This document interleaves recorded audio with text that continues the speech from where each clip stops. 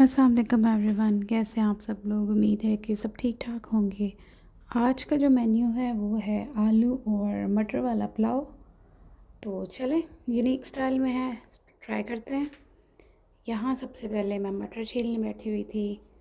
तो मैं बस थोड़ा स्लो स्लो ही छीलती हूँ क्योंकि बहुत मुश्किल काम लगता है, काफ़ी टाइम ले लेता है मेरा मटर छीलना भी। तो बस मैंने जल्दी जल्दी जो है मटर छीले हैं। साथ ही साथ मूवी देख रही थी ताकि मूवी देखते देखते जल्दी जल्दी मटर छील सकूं और जल्दी जल्दी डिनर बना लूं। तो सबसे पहले चलो स्टार्ट करते हैं। सबसे पहले जो है मैंने प्याज कट किए हैं। तो प्याज़ों को मैंने पहले ऐड कर दिया, उसके बाद मैंने ऑयल ऐड किया है। अब इसको मैं अच्छे से फ्राई कर लूँगी आपस में।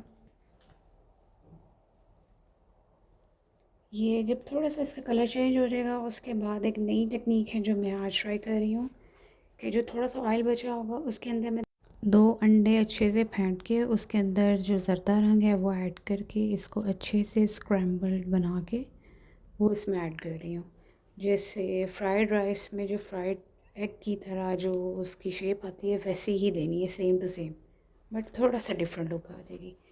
यहाँ पे स्क्रैम्बल कर लिया तो उसके बाद जो प्याज फ्राई किए हुए थे वो इसके साथ ही ऐड करके इसको एक दफ़ा और हिला लेना है।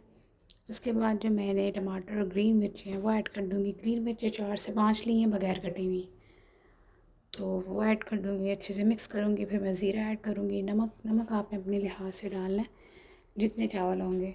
मैंने 1.5 कप चावल लिए थे तो मैं उस लिहाज से ऐड करूँगी, लेकिन बाद में चख पे लूँगी कि कितना कम ज़्यादा है। तो लिड लगा के छोड़ दूँगी। इसके बाद जो है वो मैं मटर और आलू ऐड करूँगी।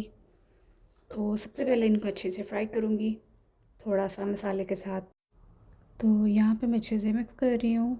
मिक्स करने के बाद इसके ऊपर मैं लिड लगा के इसको छोड़ दूँगी ताकि स्टीम से ये अच्छी तरह भून जाए और अच्छा सा फ्लेवर आ जाए। थोड़ा सा इसको फिर से मैं मिक्स करूँगी लिड उठा के। तो इसके अंदर मैं एक नॉर का जो चिकन क्यूब है वो ऐड करूँगी ताकि इससे चिकन वाला फ्लेवर भी आए और बहुत मज़े आता है। तो फिर इस लिहाज से आपने एहतियात करनी है कि नमक इसके अंदर भी ऑलरेडी ऐड होता है, तो नमक जो है पहले ही कम ऐड करना है।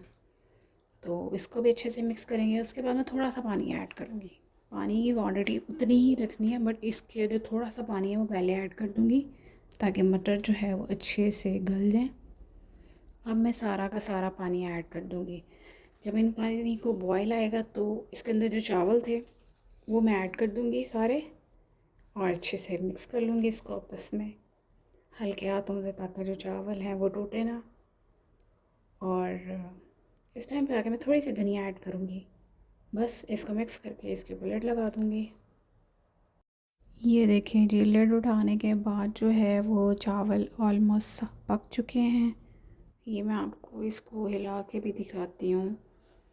तो ये है इसकी फ़ाइनल लुक। बहुत मज़े के बने थे, आप लोग भी ट्राई कीजिएगा। मैं इसको डिश आउट करके दिखाती हूँ।